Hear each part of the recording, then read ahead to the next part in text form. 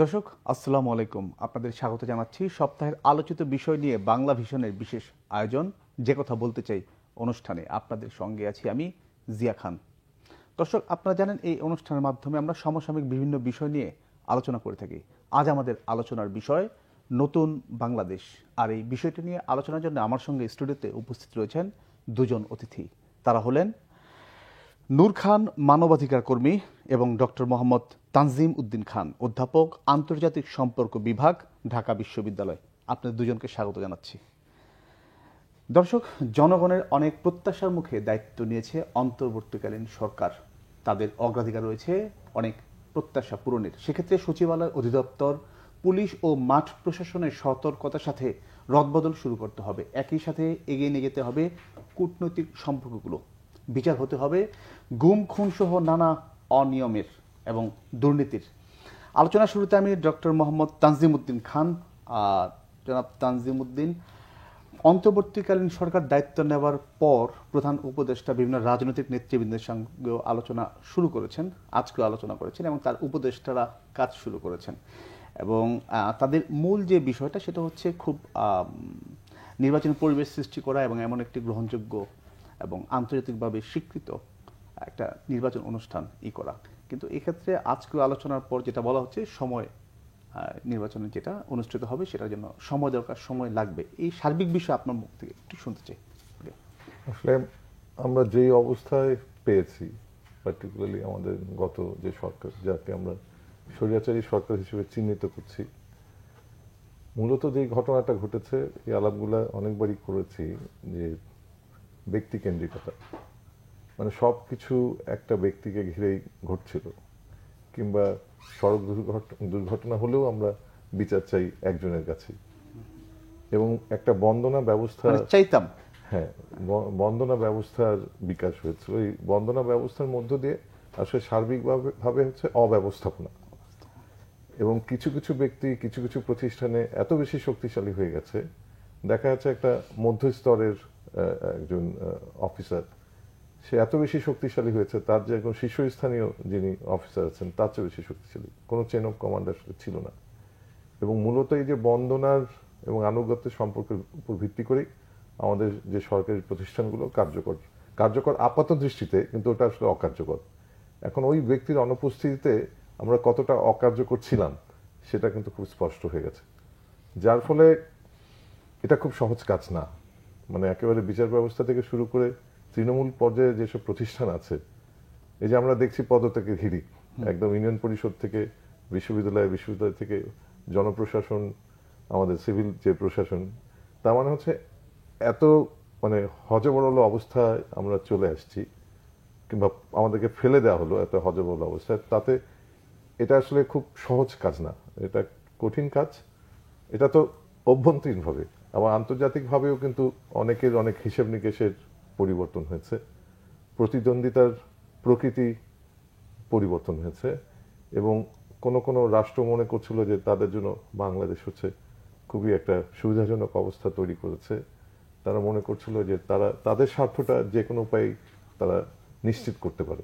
তো সেই হিসেবের মধ্যেও কিন্তু পরিবর্তন এসছে, যার ফলে আন্তর্জাতিক রাজনীতির চরিত্র ভিন্নতা এই ঘটনাগুলোকে ঘিরে। যেমন কাজটা কিন্তু খুব সহজ কাজ না, এবং আমরা নির্বাচন তো করতেই পারি, এটা কোনো সমস্যা না। কিন্তু নির্বাচন করার জন্য যে সার্বিক পরিবেশটা দরকার, আস্থা তৈরি করার জন্য যে ধরনের কার্যক্রম দরকার, সেগুলো ছাড়া নির্বাচনটা আসলে গ্রহণযোগ্য হবে না কারো কাছে। যার ফলে নির্বাচন মুখী হওয়ার চাইতে এখন মানে বিনির্মাণ অথবা পুনর্নির্মাণ পুরো রাষ্ট্রেই, এটা হচ্ছে খুব জরুরি। এখন এটা সময় কতটুকু লাগবে নিশ্চয়ই যারা আছেন উপদেষ্টা মণ্ডলী তারা নিশ্চয়ই এটা অ্যাসেস করবেন। কিন্তু যেটা খুব গুরুত্বপূর্ণ, যে আমাদের ক্ষেত্রে এরকম হলে একটা আশঙ্কাও তৈরি হয় যে এই ধরনের সরকার ব্যবস্থা যদি আবার জেকে বসে, তাহলে আবার আমরা একই ধরনের সংকটে পড়ে যেতে পারি। যার জন্য যারা মূলধারা রাজনৈতিক দল আছেন তাদের তরফ থেকে তো একটা চাপ থাকবেই, কিন্তু এর মধ্যেও কিন্তু একটা অনাস্থা তৈরি হয়ে যেতে পারে কিংবা হয়। তো সেই জন্য তাদেরকেও বিবেচনায় নিয়ে আস্থা তৈরি করা, ডায়লগ করার সময় সময়ে, এবং ওই অ্যাসেসমেন্টটা যদি প্রপারলি করে আমাদের যে বিভিন্ন রাজনৈতিক দল আছেন তাদের সাথে ডায়লগ করেন, এবং ওনারাও তখন অনুধাবন করবেন যে এই কাজটা এত সহজ না, এবং ওনারাও যদি নির্বাচনী ব্যবস্থার মধ্যে দিয়ে ক্ষমতা আসতে চান, সেই নির্বাচনটা তো ক্রেডিবল হতে হবে।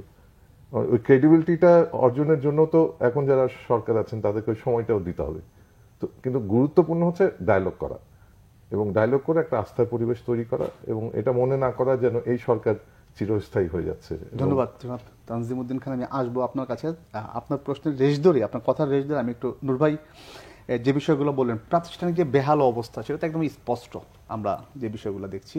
পাশাপাশি এই যে কঠিন একটা চ্যালেঞ্জ যেটা তানজিমউদ্দিন খান তিনিও বললেন যে খুব সহজ না, কঠিন এবং চ্যালেঞ্জিং, যেটা এইটাকে কিভাবে এই নতুন যে আমাদের যে অন্তর্বর্তীকালীন সরকার তারা কিভাবে এই চ্যালেঞ্জটা পার করবে? দেখেন, আমি কথা বলার আগে একটা জিনিস স্মরণ করতে চাই, সেটা হচ্ছে যে 15-16 বছরের যে জঞ্জাল, এবং আপনি যদি হিসাব করেন প্রত্যেকটা প্রতিষ্ঠানকে এমনভাবে দলীয়করণ করা হয়েছিল গত 15-16 বছরের, যে এইটা আর জনসেবা বা জনগণের কাজ করা বা তাদের যে কাজ করার কথা সেই জায়গায় আর তারা ছিল না। তারা ওই যে বন্দনা যেটা বললেন, একমাত্র শেখ হাসিনার বন্দনা, একমাত্র আওয়ামী লীগের, এমনকি স্বাধীনতা যুদ্ধটাকেও পর্যন্ত করায়ত্ত করে ফেলছে যে ওইটা তারাই করেছেন। এবং পারলে এটাও বলতে পারতেন, বলার চেষ্টা করতেন যে আমি নিজেই ফ্রিডম ফাইটার ছিলাম, এরকম একটা জায়গা। দলীয়করণ আর কিছু বাদ যায়নি, কিচ্ছু বাদ যায়নি। এবং দলীয়করণের যে চেহারাটা আমরা দেখেছি, পুলিশ নির্বিচারে যা ইচ্ছা তাই করতে পারছে। সব পুলিশকে এটা করেছে। আমরা এখানে জেলার কোটারি দেখেছি, ছাত্রলীগের কোটারি দেখেছি, তারপরে আরও কিছু বিষয় আছে। কোনো কোনো ক্ষেত্রে আমরা দেখেছি কিছু কিছু গ্রুপ যেটা ধর্মীয় হিসাবও করতে পারেন, তাদের একটা আস্ফালন দেখেছি, নানান বিষয়। এবং শুধু যে পুলিশে তা না, বিচার বিভাগে যান, পুলিশে আসেন, আপনি সচিবালয়ে আসেন, আপনি সাংবাদিকদের ভিতরে আসেন, দেখেন সংবাদপত্র হচ্ছে একদম, আমরা ছোটবেলায় পড়ে আসছি যে সমাজের প্রতিচ্ছবি। আর আমরা কি দেখলাম, কি প্রশ্ন করতেন মানে প্রাইম মিনিস্টারের কাছে। এবং ভয়াবহ আরেকটা যে দিক দেখেন, এরা কিন্তু প্রত্যেকে সুবিধা নিছে। আপনি যদি কিচ্ছু না, এই আমলে যতগুলি আপনার হয়েছে, আবাসিক মানে আবাসিক ব্যবস্থাপনা হয়েছে, অর্থাৎ সরকারের থেকে যে প্লটগুলি দেওয়া হয়েছে, এইটার লিস্ট, আবাসনের জায়গায় যদি লিস্ট দেখেন, তখনই বুঝে যাবেন যে সমাজের কারা এই সুবিধাটা পেয়েছেন, এই বিভিন্ন প্রফেশনাল লোকজনদের। এবং এমন অবস্থা হয়েছে যে একটা জায়গায় সিনিয়র মানুষকে ডিঙ্গিয়ে শুধু দলের লোককে, যেমন আপনি অবাক হয়ে যাবেন, পারমাণবিক চিকিৎসা কেন্দ্রে যার হওয়ার কথা চেয়ারম্যান, তাকে ডিঙ্গিয়ে আরেকজনকে চেয়ারম্যান করে দেওয়া হয়েছে। ফলে ওই যে যাকে ডিঙ্গিয়ে করা হয়েছে তার কিন্তু আসলে আর অবস্থান থাকে না। সেনাবাহিনীর ভিতরেও তাই হয়েছে, পুলিশে হয়েছে, সচিবালয়ে হয়েছে।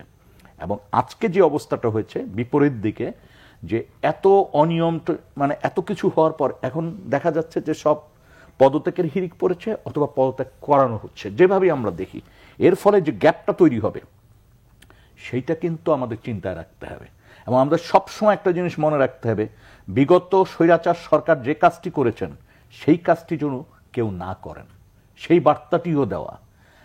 আবার এটাও ঠিক যে আপনি এই মুহূর্তে সেকেন্ড টায়ার, থার্ড টায়ারে আপনি ওদের মানে ওদের বাইরে পাবেন না, এমনভাবে তারা গত 15-16 বছরে সাজিয়েছে। এটা একটা। এমনকি আপনি দেখেন রাজনীতিতে কি হলো, সবচেয়ে যারা ভ্যানগার্ড জনগণের, যারা জনগণকে এগিয়ে নেবে, নেতৃত্ব দেবে, তাদের ক্ষেত্রে কি হলো, তাদেরকে পঙ্গু করে দেওয়া হলো ক্ষমতার লোভে, কাউরে এমপি বানায়, কাউরে মন্ত্রীর কোটা দিয়ে, নানানভাবে। তার মানে সেখানে আর রাজনৈতিক চর্চা হলো না, সেখানে আর নৈতিকতার কিছু থাকলো না, আদর্শিক কোনো সংগ্রাম থাকলো না। সব হয়ে গেল শেখ হাসিনার বন্দনা করবে, মন্ত্রী বাগাবে, এমপি বাগাবে, টাকা লুটবে। আমরা আলোচনা করছিলাম গত সরকারের প্রাতিষ্ঠানিক বেহাল যে অবস্থা, সে বিষয় নিয়ে নূর খান জানাচ্ছিলেন। নূর ভাই, আপনি ওই পদত্যাগের যে হিড়িক, সেখানে আপনাকে আমি থামিয়ে দিয়েছিলাম বিরতির আগে, আপনি সেখান থেকে শুরু করতে পারেন। আপনি দেখেন হেন কোনো জায়গা নাই যেখানে শিক্ষা প্রতিষ্ঠান বলেন, ব্যাংক বলেন, বিভিন্ন প্রতিষ্ঠানে এই যে 15-16 বছরের যে দুর্বিষহ একটা অবস্থা গেছে, যে প্রত্যেক জায়গায় দলীয়করণ হয়েছে, পছন্দের লোক বসানো হয়েছে এবং প্রতিষ্ঠানগুলোকে অকার্যকর করে দেওয়া হয়েছে। একজন ব্যক্তি যখন সে পেশাদারিত্বের নিয়ে কাজ করেন বা সেইখানে দক্ষ হতে চেষ্টা করেন, সেইটা কিন্তু বিবেচনায় আনা হয়নি। বিবেচনায় আনা হয়েছে যে কতটুক আনুগত্য। এবং আপনি অবাক হয়ে যাবেন, একটা মানুষ বিসিএস দেওয়ার পরও তাকে বসিয়ে রাখা হয়েছে নির্বাচিত হবার পরও পুলিশ ভেরিফিকেশনের নামে বহু মানুষকে হেনস্থা করা হয়েছে এবং বাপ দাদা 14 গোষ্ঠীর ব্লাড টেস্ট করা হয়েছে। এই যে দেশটা কি স্বাধীন কোনো একটা গোষ্ঠীর জন্য হয়েছিল না সমগ্র জনগণের জন্য হয়েছিল, সেই বিষয়গুলি কিন্তু বিবেচনায় রাখে নাই। বলেছে, মুখে বলেছে স্বাধীনতার চেতনা, কিন্তু কাজ করেছে সম্পূর্ণ বিপরীত। এবং দেখেন এই যে প্রতিষ্ঠানগুলোতে একদিকে পদত্যাগের হিড়িক আর একদিকে হচ্ছে বাদ দেওয়ার হিড়িক, দুটোই কিন্তু একসাথে কাজ করছে। এখন প্রশ্ন হচ্ছে এটার পরে কাদেরকে আমরা আনছি, সেটি যদি ঠিক আওয়ামী লীগ যে কাজটি করেছে সেই কাজটি যদি এই সরকার করেন তাহলে কিন্তু ভবিষ্যৎ আমাদের জন্য খারাপ, ভালো হবে না। এটা কিন্তু আমাদের সবাইকে মনে রাখতে হবে যে একটা প্রক্রিয়া অনুসরণ করা উচিত এবং সেখানে যাতে একজন দক্ষ মানুষ, যাদের দক্ষতা ছিল তাদেরকেই যাতে উপযুক্ত বিবেচনা প্রক্রিয়া তো সেটাই যে দক্ষ, কিন্তু এখন পর্যন্ত সেই প্রক্রিয়ার আলামত নাই। এখন যেটা আছে যে আপনি গত আমলে ছিলেন, আপনি ভাগেন, আমি আসব, এইটা কিন্তু মাপকাঠি হওয়ার সুযোগ নেই। আমাদের এখানে তো অনেক মানুষ ছিল যারা দলমতের ঊর্ধ্বে কাজ করার চেষ্টা করেছেন, পেশাদারিত্ব বজায় রাখার চেষ্টা করেছেন, তাদেরকে সাইড লাইনে ফেলানো হয়েছে, এইটা ঠিক, কিন্তু তাদের তো যুক্ত হওয়া উচিত। অনেক বঞ্চিত যারা, হ্যাঁ বঞ্চিত, এবং এমনও আছে প্রশাসনে বলেন, পুলিশ বিভাগে বলেন, যে তাদের অনেককে রিটায়ারমেন্টে দেওয়া হয়েছে, ফোর্স রিটায়ারমেন্টে, যাদের এখনো চাকরির মেয়াদ আছে, এবং তাদের ভিতর কিছু মানুষ আছে দক্ষ, যাদের বয়স আছে, যাদের দক্ষতা আছে, সেটা পুলিশে হোক আর প্রশাসনের হোক আর যেখানেই হোক, তাদেরকে কিন্তু বিবেচনায় রাখতে হবে। ধন্যবাদ নূর ভাই। ডক্টর তানজিম আহমেদ, সেটা হচ্ছে এই আমাদের এই বাংলাদেশ সৃষ্টির পর ইলেকশন অনেকগুলো হয়েছে, সরকার অনেকে এসেছেন, একবার দুইবার করে দেশ পরিচালনা করেছেন, কিন্তু এই যে 16 বছর যারা দেশটা শাসন করে গেলেন আওয়ামী লীগ, এবং তার যে প্রধান, তিনি যেভাবে দেশ থেকে পালিয়ে গেলেন, এই প্রথম, আজ পর্যন্ত আমাদের দেশের কোনো রাষ্ট্রনায়ক এভাবে পালিয়ে যাননি। এটা আসলে কি প্রাপ্য ছিল না সৃষ্টি? এ বিষয়ে একটু। আসলে এটা তো কখনো প্রাপ্য থাকে না, এটা হচ্ছে সময়ের শাস্তি। কেন এরকমটা সৃষ্টি হলো? এটা সৃষ্টি হলো, আসলে সৃষ্টি হবারই তো কথা। মানে মূল বিষয় হচ্ছে যে আপনি রাষ্ট্র ব্যবস্থাপনার ক্ষেত্রে আপনি রাষ্ট্র, সরকার এবং পার্টি তিনটাকে একসাথে মিলিয়ে ফেললেন। একসাথে মিলিয়ে ফেলে আপনি ব্যক্তি, রাষ্ট্র এবং সরকার হয়ে গেলেন। এবং একটা ব্যক্তি যখন রাষ্ট্র এবং সরকার হয়ে যায়, তার পরিণতি তো এর বিপরীত অন্য কিছু হওয়ার কথা না। এখন এটা হচ্ছে আমাদের জন্য একটা রাজনৈতিক শিক্ষা হওয়া উচিত অন্যদের জন্য, যে একটা রাষ্ট্রকে যখন আপনি আপনার ব্যক্তি সত্তার সাথে মিলিয়ে ফেলেন, একটা সরকার সাথে যখন আপনার ব্যক্তি সত্তা মিলে গিয়ে ব্যক্তি সত্তাই রাষ্ট্র কিংবা সরকার হয়ে ওঠে, তখন খুব স্বাভাবিকভাবেই তার গ্রহণযোগ্যতা কিন্তু আসলে থাকে না। হ্যাঁ, অ্যাপারেন্টলি সবাই মনে করতে পারে, এবং ওই যে বন্দনা, এই বন্দনার যে জগৎ, এই বন্দনার জগৎ কিন্তু আপনাকে অন্ধ করে দেয়, আপনার কান বন্ধ করে দেয়, আপনার মস্তিষ্ক কাজ করে না। মস্তিষ্ক কাজ করে কখন? যখন আপনাকে কেউ বন্দনা করে। এবং যারাই বন্দনা করেন তারাও কিন্তু বুঝে গেছেন যে আমার যদি কিছু পেতে হয় আমি একটা কাজই করব, বন্দনা। এখন মুশকিল হচ্ছে এই বন্দনার মধ্যে রাখতে গিয়ে উনি আসলে বাস্তবতা থেকে পুরো মাত্রায় বিচ্ছিন্ন, মানুষ থেকে পুরো মাত্রায় বিচ্ছিন্ন। হ্যাঁ, একটা জনসভায় গেছেন, প্রচুর মানুষ দেখেছেন, অনেক খুশি হয়েছেন, কিন্তু এই মানুষগুলা কি সদিচ্ছায় এসেছে, ওনাকে ভালোবেসে এসেছে, নাকি পার্টির বিভিন্ন পর্যায়ের নেতা, ওনাদের মধ্যে তো একটা প্রতিযোগিতা থাকে, কে কত বেশি জমায় দিতে পারলো, এবং সেই প্রতিযোগিতার ফসল হচ্ছে যে মানুষকে এনে জড়ো করা। কিন্তু এটা তার দলের প্রতি, তার প্রতি ভালোবাসা কিনা, এটা তো কখনো পরীক্ষা দেননি উনি। পরীক্ষা যদি দিতেন তাহলে নির্বাচনী যে গণতন্ত্র সেটা তো নিশ্চিত করতেন। সেটা পরীক্ষা কিংবা গণতন্ত্রের এই হিসাবে ছিল, নাকি বুঝেও না বুঝে কিংবা বোঝার পরও থাকার যে ক্ষমতা সেটা ছিল? মানে উনি বুঝেও যে না বুঝেন, এইটাই তো ক্ষমতা হারিয়ে যায়। আপনার বন্দনার মধ্যে থাকলে আপনি বুঝেও যে না বুঝার ভান করবেন, সেই অবস্থার মধ্যে আসলে আপনি থাকেন না। এটা একটা সিউডো রিয়ালিটি আর কি, যে হ্যাঁ বাহ সবাই আমার কথা বলছে, সবাই, এবং পৃথিবী, বাংলাদেশের সব সমস্যা মনে হচ্ছিল, এবং বিশ্ববিদ্যালয়ের শিক্ষকরা ইভেন তারা যেভাবে বন্দনা করছিল, এবং শিক্ষক সমিতি, যদি আমাদের শিক্ষক সমিতির বিবৃতি, এবং সাম্প্রতিক সময় এর পরেও কিন্তু ভয়ানক ভয়ানক বিবৃতি দিয়েছে।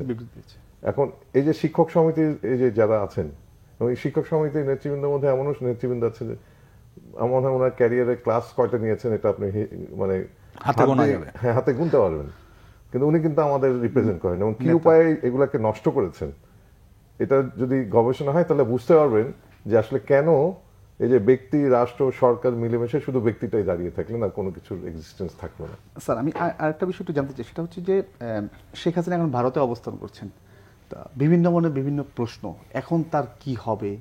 আমরা যতদূর শুনতে পেরেছি যে যুক্তরাজ্যে যাওয়ার যে আবেদন অ্যাজাইলাম যেটা করা হয়েছিল তারা সেটা অ্যাকসেপ্ট করেনি, কিংবা মার্কিন যে ভিসা সেটাও বাতিল করা হয়েছে। আসলে তার কি হবে, মানে মানে কি অবস্থায় সে আছেন, ওখানে কি হিসাবে আছেন, একটু জানতে চাই আসলে। কি হিসেবে আছেন এটা তো স্পষ্ট না, তবে ভারত বাংলাদেশ সম্পর্কের ক্ষেত্রে ব্যক্তিটাই যে গুরুত্বপূর্ণ ছিল, রাষ্ট্র সম্পর্কের চাইতে আসলে ব্যক্তি, ওই রেজিমের সাথে ব্যক্তি সম্পর্ক, এবং ওই ব্যক্তি সম্পর্কের কারণেই কিন্তু আমাদের সমস্ত স্বার্থ জলাঞ্জলি দিয়ে ভারতীয় রাষ্ট্রের স্বার্থ আমরা নিশ্চিত করেছি। সেই অর্থে উনি ওনার সুরক্ষাটা পাচ্ছেন, কিন্তু এই সুরক্ষার আইনগত ভিত্তি কি এটা আমরা আসলে স্পষ্ট না। আমরা কোনো সুনির্দিষ্ট কনক্লুশন ড্র করতে পারবো না যে উনি আসলে পলিটিক্যাল অ্যাসাইলাম নিয়েছেন নাকি অন্য কিছু, কিন্তু এটা আমরা বলতে পারি যে উনি ভারতীয় আশ্রয় আছেন। তো যার জন্য এটাকে আপনি সহজে কোনো কনক্লুশন ড্র করতে পারছেন না উনি কি আসলে পলিটিক্যাল শেলটা, কিংবা আশ্রয়ের ধরনটাও কি সেটাও কিন্তু আমরা বুঝতে পারছি না। কিন্তু ওই ব্যক্তি পর্যায়ে বন্ধুত্বটা এত শক্তিশালী এবং এক পেশে সবকিছু দেওয়ার ফলে তার প্রতি যে ভারতীয় স্ট্যাবলিশমেন্টের যেই মানে মানে যেই আস্থা তৈরি হচ্ছে, সেই আস্থার প্রতিদান তো ওনারা দিচ্ছেন তাকে আশ্রয় এবং নিরাপত্তা দিয়ে। ধন্যবাদ স্যার।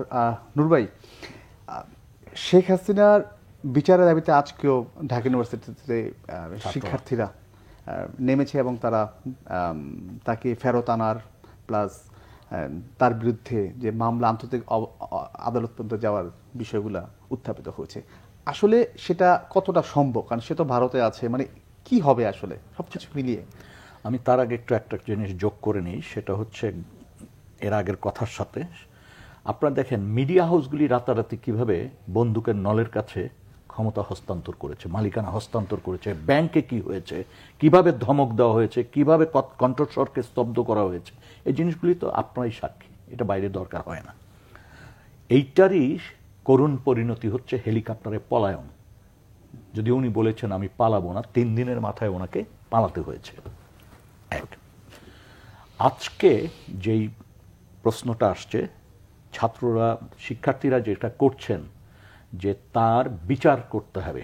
কেন বিচার করতে হবে? এই যে গণহত্যাগুলি করেছেন, এটা তো গণহত্যা ছাড়া অন্য কিছু না। এই যে গুম খুন, তার 15 বছরের যে ঘটনাগুলির সাথে রাষ্ট্রের সর্বোচ্চ ব্যক্তি, আমি কিন্তু এর আগেও ওনার সময় আমি বলেছি 2 বছর আগে, যে রাষ্ট্রের সর্বোচ্চ জায়গার থেকে ইন্ধন না থাকলে এইভাবে দিনের পর দিন হত্যা চলতে পারে না, গুম চলতে পারে না। ডয়েচ ভ্যালিতে এটা কিন্তু আমি বলেছিলাম, এখনো আমি বলছি যে রাষ্ট্রের সর্বোচ্চ জায়গার থেকে নির্দেশনাতেই এই হত্যাকাণ্ডগুলি সংগঠিত হয়েছে, এবং সেইখানে তার পেটোয়া বাহিনী, একেবারে স্পেশাল বাহিনীকে নামাইছে। পুলিশে তার বিশ্বস্ত লোকজন, আর্মিতে বিশ্বস্ত লোক, মানে বিডিআরের বিশ্বস্ত লোকজন যারা নেমেছিল, সবাই কিন্তু তার বিশ্বস্ত লোকরাই কিন্তু ধরেছিল, এবং ছাত্রলীগ, আওয়ামী লীগ, যুবলীগ সবাই। এবং দেখেন সেই সময় যে অস্ত্রগুলি ব্যবহার করা হয়েছিল, এগুলো কিন্তু সব ঝকঝকে অস্ত্র ছিল। হয় রাষ্ট্রের জায়গা থেকেই অস্ত্র সাপ্লাই দেওয়া হয়েছে, অথবা তাদের লাইসেন্সকৃত অস্ত্রের অবৈধ ব্যবহার হয়েছে। আজকে প্রায় 1.5 থেকে 2 লাখ বা তারও বেশি লাইসেন্স গত 15 বছরে হয়েছে। এগুলি কারা পেয়েছে? অধিকাংশ লাইসেন্সের মালিক হচ্ছে, আপনি অবাক হয়ে যাবেন, দারোয়ান, পিয়ন, গাড়ি চালক, এদের নামেও লাইসেন্স বরাদ্দ হয়েছে আওয়ামী লীগের নেতাদের, যেটি অবৈধভাবে ব্যবহার করা হয়েছে। এখন রাষ্ট্রের দায়িত্ব হচ্ছে দ্রুততম সময়ের মধ্যে এই অস্ত্রগুলি জমা দেওয়ার নির্দেশনা দেওয়া, কারণ এই অস্ত্রগুলি বাইরে থাকলে আবার অঘটন ঘটাতে তারা পারে। আর ছাত্ররা যে বিচারটা দাবি করেছে, এটা অনেক যৌক্তিক দাবি, এবং আমাদের এইখানে যে মানবতা বিরোধী অপরাধের যে ট্রাইব্যুনালটা রয়েছে, সেখানেই কিন্তু আমরা এটার বিচার করতে পারি। আইসিসিতে তো পরের ব্যাপার, আমাদের দেশেই তো মামলা মোকদ্দমা ফাইল করা সম্ভব যে তিনি এই ঘটনাগুলির সাথে যুক্ত হয়েছেন, বা তার হুকুমেই এসব ঘটেছে, বা তার অবহেলার কারণে এই ঘটনাগুলি ঘটছে, যেভাবেই বলেন। আমি তো মনে করি তার নির্দেশনাতেই এই ঘটনাগুলি ঘটেছে, এবং সেটার জন্য মামলা হওয়া উচিত, এবং সেই মামলাটির বাংলাদেশের এই যুদ্ধ অপরাধ ট্রাইব্যুনাল যেটা আছে, সেই ট্রাইব্যুনালেই করা সম্ভব। সুতরাং ছাত্রদের এই দাবিটি অযৌক্তিক না, এবং এই মামলাটি দায়ের করেই আমাদের সরকার চাইতে পারে তাকে ফেরত আনার, এবং বিচারের মুখোমুখি দাঁড়া করানো। কারণ মনে রাখতে হবে, একটি দুইটি ঘটনাকে আপনি বিচ্ছিন্ন, বিক্ষিপ্ত, দুর্ঘটনা ইত্যাদি বলতে পারেন, একটিও বলার সুযোগ নাই, তারপরও চালায়। শত শত হাজার হাজার ঘটনা আপনি গত 15 বছর ঘটিয়েছেন। ক্রসফায়ারের নামে মানুষ হত্যা করেছেন, গুম করেছেন, উপহাস করেছেন, গুম করার পর বলেছেন ভূমধ্য সাগরে আয়না ঘরের কথা, যেটা এখন তো বেরিয়ে আসছে এই বিষয়গুলো। একটা জিনিস মনে রেখেন যে বাংলাদেশ রাষ্ট্রীয়ভাবে যে কাঠামোগুলো ছিল, সবাইকে অনিয়মের ভিতরে এবং নির্যাতনকারী হিসেবে তৈরি করা হয়েছিল গত 15 বছরে বা তার আগের থেকে। কিন্তু এই 15 বছরটা হচ্ছে ব্যাপক মাত্রা পেয়েছিল। আপনি চিন্তা করেন তো, আমাদের একটা গোয়েন্দা সংস্থা ডিজিএফআই, তার হেডকোয়ার্টারের নিচে বলে এই সমস্ত জিনিস ছিল, এবং ধরে নিয়ে বলে না, এটাই বাস্তব। কারণ আমরা বিভিন্ন সময় এই মানুষদের মুখ দিয়ে এগুলি শুনেছি, যারা বেরিয়ে আসছিল, তারা যেভাবে সাক্ষাৎকার দিয়েছেন খুব কনফিডেন্সিয়ালিটি মেনটেন করে, সেখানে এটা খুব স্পষ্ট ছিল যে সামরিক গোয়েন্দা অধিদপ্তর, যেটা মানে ডিজিএফআই যেটাকে আমরা বলি, তাদের হেডকোয়ার্টারের নিচে, কচুক্ষেতের নিচে এরকম আন্ডারগ্রাউন্ড ছিল ব্যবস্থাপনা। এবং সামরিক বাহিনীর যে দু একজন লোক যারা এই গুমের শিকার হয়েছিলেন, তারাও বেরিয়ে এসে কিন্তু এই কথাই বলেছিলেন। এবং তারা আজমিকে কেউ কেউ ওখানে সামান্য সময়ের জন্য দেখেছেন, তারপরে আরমানকে দেখেছেন, এবং তারা এসে কিন্তু এই ঘটনার পর 5 তারিখ 6 তারিখেই সম্ভবত তারা ডিজিএফআই অফিসের সামনে যে অবস্থান নিয়েছেন, মায়ের ডাক। এবং তারা পরবর্তীতে আমরা দেখলাম আরমান সাহেব, তারপরে পাহাড়ের মাইকেল এবং মাইকেল চাকমা এবং ব্যারিস্টার আরমান আর আজমি, 3 জনকে ছাড়া হলো। 2 জন সম্পর্কে জানি যে 2 জনকে একেবারে রাস্তায় ফেলে গেছে। তার মানে কি, নিজেদের অপরাধ ঢাকার জন্য মনে করতেছেন যে রাস্তায় ফেললেই আমরা সব মুক্ত হয়ে গেলাম। না, মানে এখন পৃথিবীর অবস্থা সেই জায়গায় নেই। আপনারা যে মনে করছেন যে অপরাধ করবেন আর নিজের অপরাধটাকে ঢাকার জন্য এমন ভাব তৈরি করবেন, এমন নাটক তৈরি করবেন যাতে মানুষ না বোঝে যে আপনারা এই ঘটনার সাথে যুক্ত।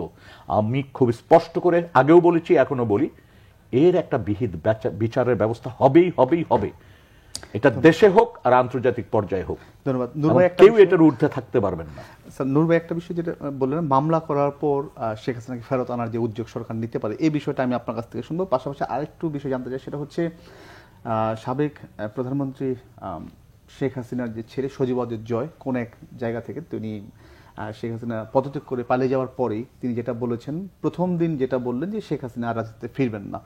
তারপর থেকে তার যে কথাবার্তা, যে মানুষ, বাংলাদেশের মানুষ অকৃতজ্ঞ, তাদের অন্য আর কিছু করবে না, তাদের জন্য কিছু আর করবে না শেখ পরিবার, এবং শেখ হাসিনা তার পরিবার আর রাজনীতিতে ফিরবেন না, এই ধারাবাহিকভাবে একদিন পর একদিন। এবং গত সর্বশেষ যেটা, যে আমার মা আনুষ্ঠানিকভাবে পদত্যাগ করেনি, তিনি এখনো বাংলাদেশের প্রধানমন্ত্রী। এই যে তাদের যে কথাবার্তা, আওয়ামী লীগ তো এই দেশের অনেক বড় একটা দল ছিল এবং তার নেতাকর্মী এখনো এই দেশে রয়েছেন, তাদের মধ্যে আসলে কি ধরনের প্রভাব পড়বে, কিংবা রাজনৈতিক দূরদর্শিতা এখানে আসলে কি দেখছেন? একটু পেছন থেকে শুরু করি। প্রথম হচ্ছে যে আওয়ামী লীগ একটা রাজনৈতিক দল হিসেবে, মানে তার যদি সংগঠনগত বৈশিষ্ট্য দেখি, তাদের বিকাশ আসলে হয়নি, ওই যে ব্যক্তিবন্দনা।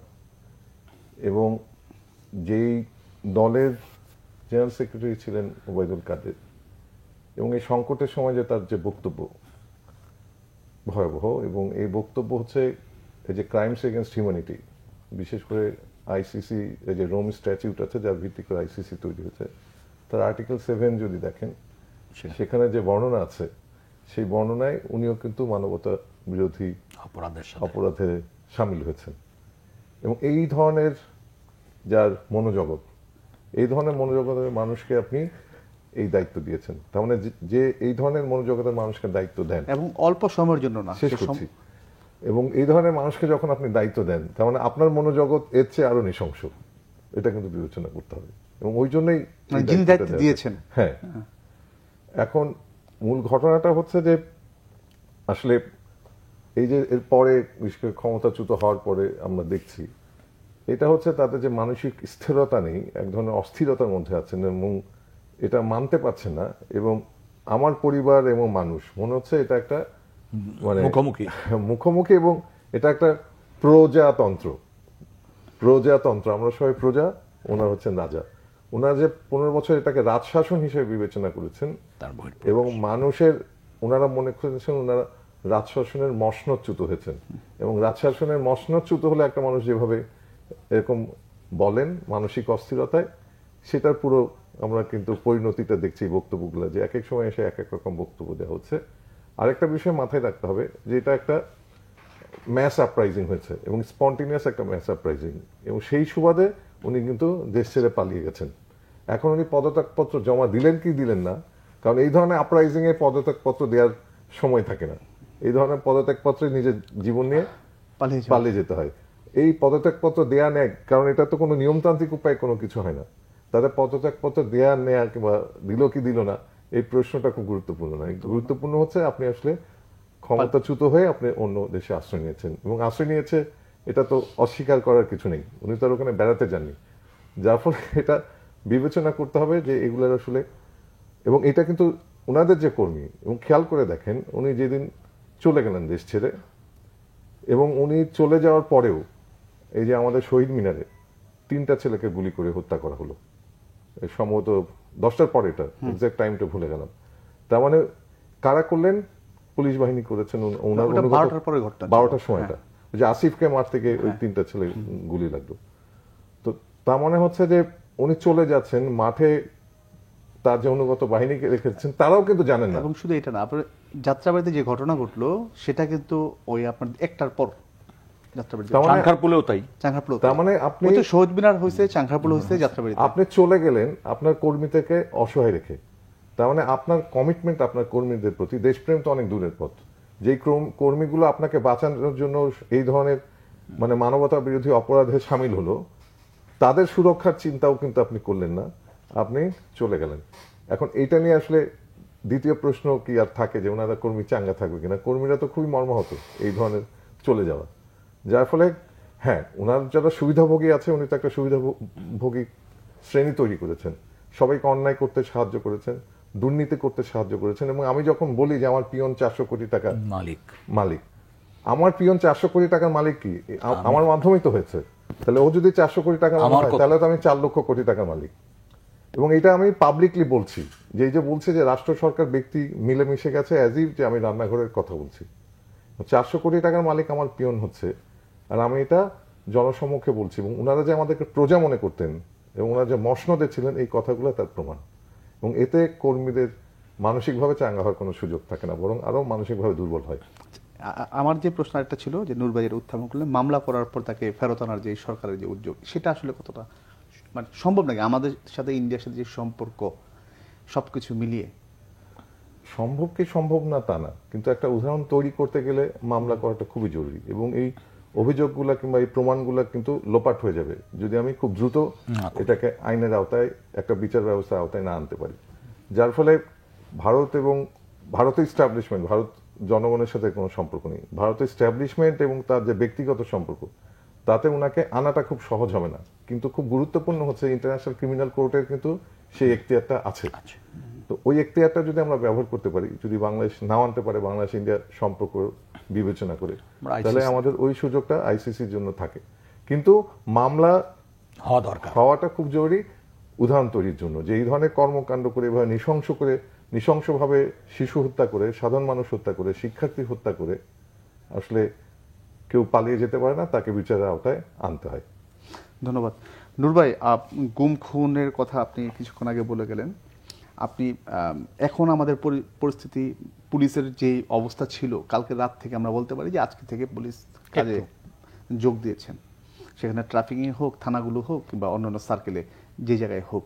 ইতিমধ্যে যেটা সিদ্ধান্ত হয়েছে, আমরা যতটুকু জানতে পেরেছি, যে পুলিশের লোগো এবং পোশাক পরিবর্তন আসছে, হয়তো আরও বেশ কিছুতে পরিবর্তন আসবে। সার্বিক যে পুলিশের যে সংস্কার এই মুহূর্তে, এটা তো খুবই জরুরি। সেক্ষেত্রে কি কি করণীয় থাকতে পারে? দেখেন, এইবার পুলিশরা যে দাবিগুলি দিয়েছিল, যে কথাগুলি বলেছে, এটাকে অবজ্ঞা করা বা পাশ কাটানোর সুযোগ নেই। এগুলোকে বিবেচনায় আনতে হবে, কিন্তু আমাদের সব কিছুই বিবেচনায় আনতে হবে, কিন্তু মাথায় রাখতে হবে আজকেই তো অনেক কিছু সম্ভব, আবার আজকেই অনেক কিছু সম্ভব না, এটাও বিবেচনায় রাখতে হবে। যেমন ধরেন শ্রম ঘন্টার ব্যাপারে যে কথাগুলি আসছে, তারপর ধরেন বিভিন্ন সুযোগ সুবিধার যে ব্যবস্থা, মানে কথাগুলি এসছে, এটা তো ঠিক যে এগুলোর জন্য খুব একটা সময় লাগবে না, কিন্তু যে জায়গাটা সময় লাগবে, যে আপনার দীর্ঘদিন যে পদ্ধতিতে, মানে এটা এক ধরনের, এখানেও এক ধরনের মানে যে সিস্টেম গড়ে উঠেছিল, সিস্টেম গড়ে উঠেছিল সেখান থেকে মুক্তি পাওয়ার জন্য কাজটা জরুরি করা দরকার। যেমন ধরেন এসপিরা গ্রুপিং করেছে, থানার ওসি নিয়োগ পেয়েছে সেই গ্রুপিং এর ভিত্তিতে, অঞ্চল দেখে, ব্লাড দেখে। এইটাকে বাদ দেওয়া তো কোনো ব্যাপারই না, যে ঠিক আছে আমার এসপি আমি স্বাধীনভাবে নিয়োগ দেব, তিনি মানে স্বাধীনভাবে বলতে যা বিবেচনা করব পেশাদারিত্ব, এবং আমি যখন থানায় নিয়োগ দেব সেখানেও আমি পেশাদারিত্ব, সেখানে আমি ব্লাড দেখব না যে গোপালগঞ্জের না ছাত্রলীগের না ছাত্র দলের না বগুড়ার, এগুলি আমি দেখব না, যে যোগ্য তাকে আমি নিয়ে আসব। এবং এই যে রাজনৈতিকভাবে ব্যবহার করা, দলবাজি করা, এটা কিন্তু রাজনৈতিক নেতারাই করেছেন, পুলিশকে ওই জায়গায় নিয়ে গেছেন। এই জায়গাতে যদি যারা এখন দেশ চালাবেন ভবিষ্যতে, তারা যদি ওই জায়গাটিতে না নেন, ওখানে যদি পুলিশকে স্বাধীনভাবে মানে তার মানে পুরা পুলিশ বাহিনী তার স্বাধীনভাবে তার মতামত তার কাজগুলি যদি করতে পারে, সে যদি প্রশিক্ষণ সেরকম পায়, সে যদি নিয়োগ বদলিতে বাণিজ্য না হয়, সেখানে যদি মানে তাকে পেশাদারিত্বের জায়গা থেকে বদলি করা হবে, দক্ষতার জায়গা থেকে নিয়োগ দেওয়া হবে এবং প্রমোশন দেওয়া হবে দক্ষতার বিবেচনা করে, তাহলে কিন্তু অধিকাংশ সমস্যার সমাধান হয়ে যায়।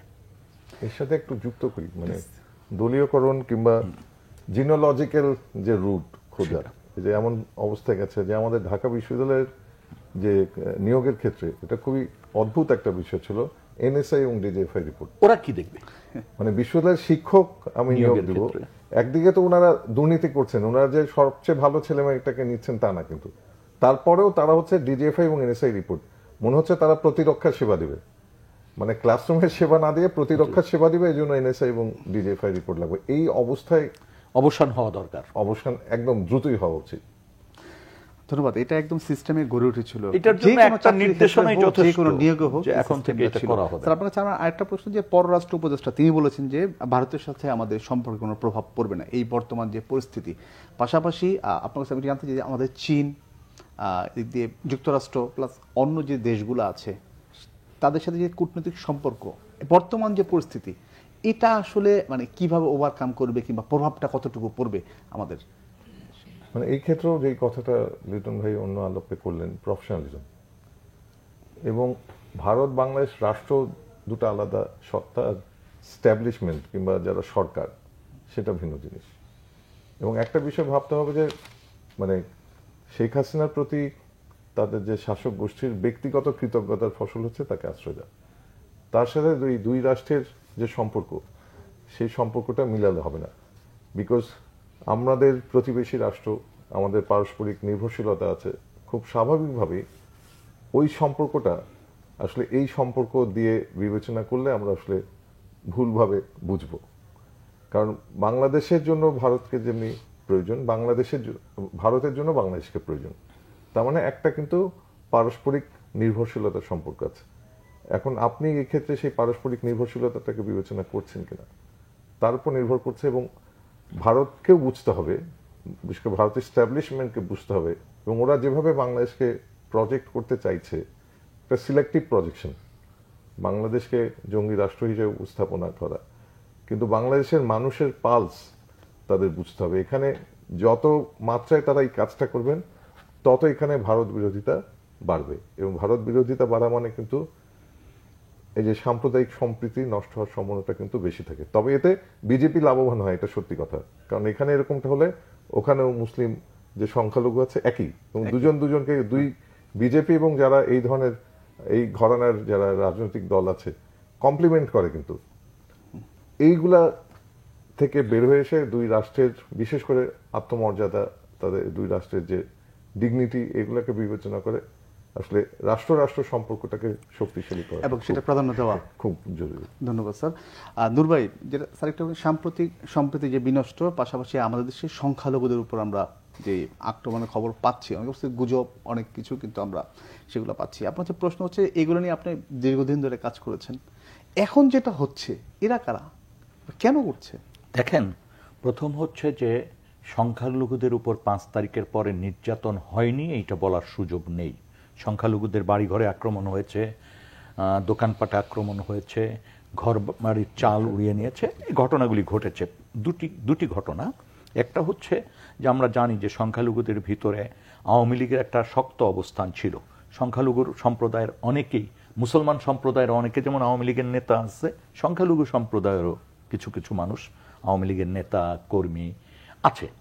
এবং ওই দিন যে ঘটনাগুলি ঘটেছে এটাকে উড়িয়ে দেওয়ার সুযোগ নেই যে হ্যাঁ সংখ্যালঘুদের উপরে সফট টার্গেট হয়েছে। ঠিক মুসলমানদেরও যারা ওই দলটি করেছে তাদের উপরও আক্রমণ হয়নি এটা বলার সুযোগ নাই। তার মানে এটা হিন্দু বা মুসলমান এই কারণে হয়নি, প্রথমত হয়েছে রাজনীতির কারণে। দ্বিতীয় যেটা হয়েছে যে একটি ঘটনার পরে সাধারণের ভিতর চলে যায়, ছড়ায় যায় যখন, তখন অনেকগুলি ঘটনা ঘটে যায়। এবং সেরকম ঘটনা পরবর্তীতে আমরা যেটা দেখেছি, এটি খুবই গুরুত্ব দিয়ে আমাদের সবাইকে বিবেচনা করতে হবে যে বাংলাদেশের বেশ কয়েকটি রাজনৈতিক দল, মাদ্রাসার ছাত্র, এরা কিন্তু মন্দির পাহারা দিয়েছে, হিন্দু পল্লী পাহারা দিয়েছে এবং সারা বাংলাদেশ পাশে দাঁড়িয়েছে। সারা বাংলাদেশে আমরা সেই কুয়াকাটার থেকে শুরু করে এই দিকে যদি চট্টগ্রাম পর্যন্ত দেখি, সব জায়গায় কিন্তু এই জিনিসটা খুব দ্রুত গড়ে উঠছে। অর্থাৎ আমাদের এইটা যে সাম্প্রদায়িক বিষয় না, আমাদের ভিতর যে সম্প্রীতিটি আছে, মাঝে মাঝে রাজনৈতিক কারণে যেটা এটারে বলবো কি মাথাচাড়া দেয়, তারপরেও কিন্তু আমাদের মানুষ পাশে দাঁড়িয়েছে। আমরা সবাই, কে হিন্দু কে মুসলমান, এই বিবেচনার চেয়েও দুর্দশাগ্রস্ত মানুষ, বিপদগ্রস্ত মানুষের পাশে কিন্তু দাঁড়ানোর অভ্যাসটা আমাদের আগেও ছিল, মানে কিছুটা আপনার দুর্বল হয়েছিল। সেই জায়গাটা কিন্তু আমরা এবার দেখলাম যে না, মানুষ সাথে সাথে রেসপন্ড করছে। আরেকটা জিনিস হচ্ছে এটার পাশাপাশি গুজবের ঘটনাও কিন্তু আছে, এবং গুজবের ঘটনার কারণে কিন্তু অনেক সময় আরো ঘটনা ঘটে। একটা মিথ্যা ঘটনা যখন রটায় দেন তখন কিন্তু এটার পাশাপাশি আরো দুই একটা ঘটনা, কারণ যখন একটা মানুষ দেখে যে মিথ্যা, সে জেদে উঠে যায় যে আমার বিরুদ্ধে মিথ্যা কেন প্রচার দিচ্ছ, সেটাও আমাদের খেয়াল রাখতে হবে। এমনও ঘটনা দেখা গেছে যে ফেসবুকে ছেড়ে দেওয়া হয়েছে, এটা হয়তো বহু পূর্বের একটা ছবি বা বহু পূর্বের একটা ঘটনা, এমনকি ভারতের ঘটনা ও বাংলাদেশের ঘটনা বলে চালায় দেওয়ার চেষ্টা করা হয়েছে। আমাদের ক্রিকেটারের বাড়িতে যখন আগুন দিয়েছে সে পার্লামেন্ট মেম্বার, সেটিকে বলা হয়েছে আরেকজন ক্রিকেটার যিনি অন্য ধর্মাবলম্বী তার বাড়ি হিসাবে চালিয়ে দেওয়া হয়েছে। এগুলো ইমিডিয়েট বন্ধ হওয়া উচিত এবং সেই ক্ষেত্রে আমাদের মিডিয়ার একটা গুরুত্বপূর্ণ ভূমিকা নেওয়া উচিত। ধন্যবাদ নূর ভাই। আমরা একদম শেষ দিকে অনুষ্ঠানে স্যার আপনার কাছে হয়তো এই প্রশ্ন দিয়ে আমার শেষ করতে হবে, সেটা হচ্ছে সিপিডি আজকে তাদের যে প্রতিবেদন সেখানে বলেছে 15 বছরে আর্থিক কেলেঙ্কারি 92,000 কোটি টাকা এবং খেলাপি ঋণ 1,82,295 কোটি টাকা এবং রাজনৈতিক ছত্র ছায়া থাকা ব্যক্তিদের উন্নয়নে ব্যবহার করা ব্যাংকিং খাতি এই সর্বনাশের মূল কারণ। পাশাপাশি আমরা যে বাংলাদেশ ব্যাংকের যে চুরির ঘটনা, যেটা সিআইডি 79 বার তদন্ত রিপোর্ট তারা পিছিয়েছে। আমার প্রশ্ন হচ্ছে এই যে এত টাকা পাচার হচ্ছে, এত কিছু হচ্ছে, এটা কি আসলে সম্ভব বাংলাদেশে ফেরত নিয়ে আসা কিংবা আদৌ? একদম শেষ দিকে আমরা একটা বিষয় হচ্ছে 92,000 কোটি টাকা, এটা আমার কাছে মনে হচ্ছে যে খুব যে বেশি তা না। মানে যেইভাবে দুর্নীতি হচ্ছে, টাকা লোপাট হচ্ছে, সেই তুলনায় এটা হচ্ছে জানাটা। অজানা কি আছে, আমরা এটা অজানা এখন পর্যন্ত। এটা আসলে ডিপেন্ড করছে টাকাগুলো কোথায় আপনার গেছে, তার ডেস্টিনেশন কি, গন্তব্য। এখন ওই গন্তব্য রাষ্ট্রের সাথে বাংলাদেশের কোনো চুক্তি আছে কিনা, সমঝোতা আছে কিনা, তার উপর নির্ভর করছে। এবং একই ধরনের সব রাষ্ট্রের নিয়ম তো একই রকম না, সব আর্থিক প্রতিষ্ঠানের নিয়ম একই রকম না। সুইস ব্যাংকে যদি রাখেন একরকম, অন্য কমার্শিয়াল ব্যাংকে রাখলে একরকম। এখন সেটার উপর নির্ভর করছে যে আসলে কোথা থেকে আমি ফেরত পাবো, কোথা থেকে আমি ফেরত পাবো না। ঢালাওভাবে আমরা কিন্তু একটা কনক্লুশন রিচ করতে পারি না যে সব টাকা আমরা ফেরত নিয়ে আসতে পারবো। এটা ডিপেন্ড করছে কোন আর্থিক প্রতিষ্ঠানে এগুলো রাখা হচ্ছে এবং কোন দেশের আইন এই ফেরত পাঠানোর বিষয়টাকে গুরুত্ব দেয়। এবং যার জন্য এইটা লোকেট করা খুব গুরুত্বপূর্ণ, যে টাকাগুলো কোথায় গেছে। লোকেট করা খুব কঠিনও না, লোকেট করে ওভাবে ব্যবস্থা নেওয়া। ধন্যবাদ আপনার দুজনকে বাংলা ভিশনে আসার জন্য। দর্শক, যে কথা বলতে চাই আজ এ পর্যন্ত, আবার দেখা হবে আগামীকাল একই সময়। সবাই ভালো থাকুন, সুস্থ থাকুন।